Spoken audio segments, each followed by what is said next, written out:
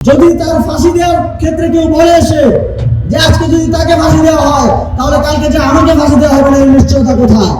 তার মানে আপনারাও খুন করতে চান। দিন যত ঘনিয়ে আসছে আমরা দেখছি একটি দল হিংস্র থেকে হিংস্রতর হয়ে উঠছে।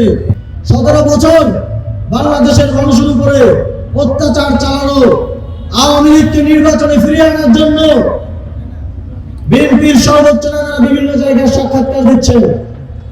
আওয়ামী লীগকে রাজনীতিতে ফিরিয়ে আনার জন্য তারা বলছেন যে আজকে যদি আওয়ামী লীগকে নিষিদ্ধ করা হয় কালকে যে আমাদেরকে নিষিদ্ধ করা হবে না, এর নিশ্চয়তা কোথায়? যদি কেউ খুন করে ভবিষ্যৎ হোক নিরাপদ, বিনিয়োগ হোক বিশ্বস্ত, আর আমার পছন্দ সল্ট বে। ওয়েলকাম টু সল্ট বে।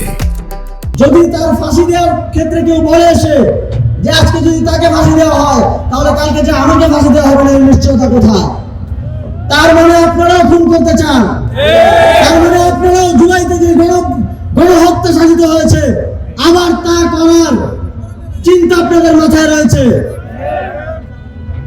সন্ত্রাসীকে যদি শাস্তি দেওয়া না যায়, আপনারা যদি সন্ত্রাসীর পক্ষে দাঁড়ান তাহলে আমরা মনে করব 17 বছরের যেই নিপীড়িত হওয়ার গল্প আপনারা শোনান সেটা ভুয়া।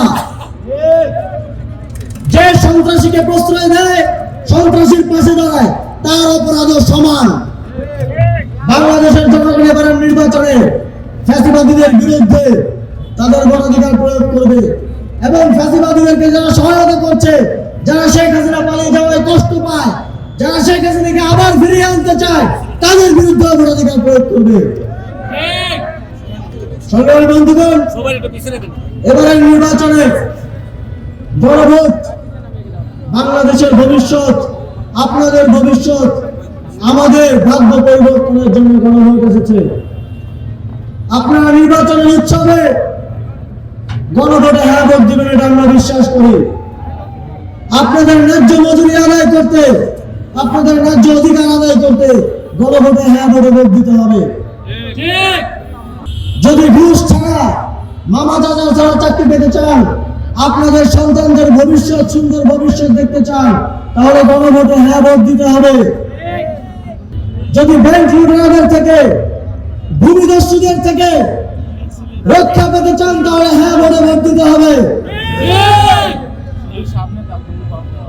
যদি দুর্নীতি, চাঁদাবাজি, অর্থ পাচার থেকে রক্ষা পেতে চান, আদালতে ন্যায় বিচার পেতে চান, তাহলে হ্যাঁ ভোট দিতে হবে।